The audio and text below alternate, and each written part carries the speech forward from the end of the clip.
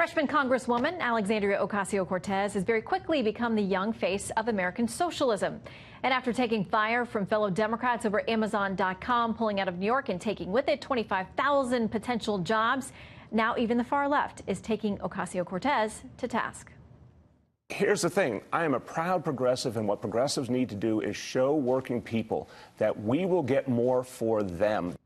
Tonight's Power Panel, Rochelle Ritchie, former press secretary for the Democratic Policy and Communications Committee, Charlie Kirk, executive director and Turning Point USA, and David Harsanyi is senior editor at The Federalist. Thank you all for sticking around, and David, for joining our discussion. I'll start with you. De Blasio says they want to be able to communicate to America that you can be progressive and not kill jobs. Can they do it? Apparently they can't do it. The difference between, populist socialism that sounds good and all of that, and the actual nuts and bolts of policy are very different. And AOC is more the real-life socialist than de Blasio, because she is actually practicing what she preaches, and it works this way. You can't embrace big companies. You can't give them any incentives for competition, and you can't bring them into Manhattan or anywhere else, or New York. So. I actually think it can't work, and that's the rift that's happening in the Democratic Party right now. Well, she certainly has become the star of the show for a lot of people, a star on social media, and young people being very attracted to her message. Rochelle, I want to play something that she has said now about the Berlin Wall. No matter how you feel about the wall, I think it's a moral abomination. I think it's like the Berlin Wall. Well, Ed Morsi points out this. He says the Berlin Wall's moral abomination came from its intent to trap people inside a communist system when they wanted to flee, at which it largely succeeded for its 28-year lifespan.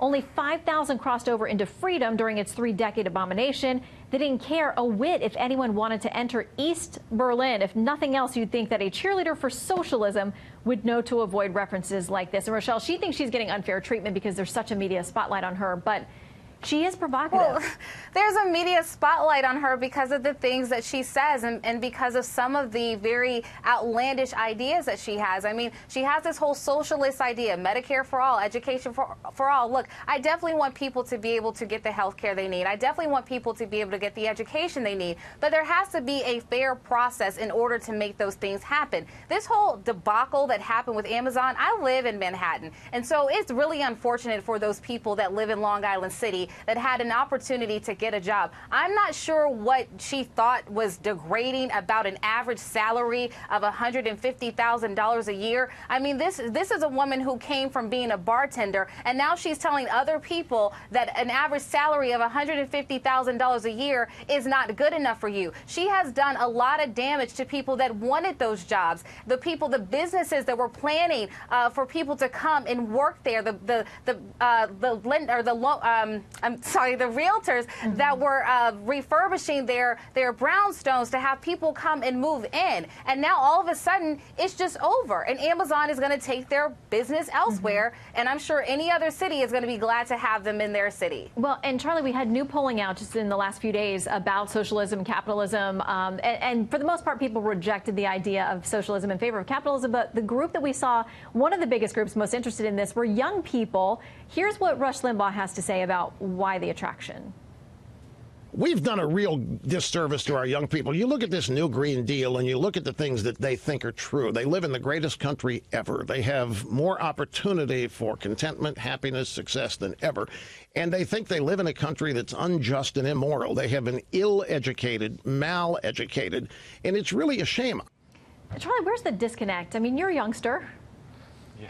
Well, look, this is something I fight on college campuses every single day, and that our organization, Turning Point USA, is up against. And look, for years I've been trying to warn people that there will be an outward socialist under the age of 35 that will come to Congress, and that person will gain a lot of momentum. And I knew that because the college campuses are a harbinger of things to come.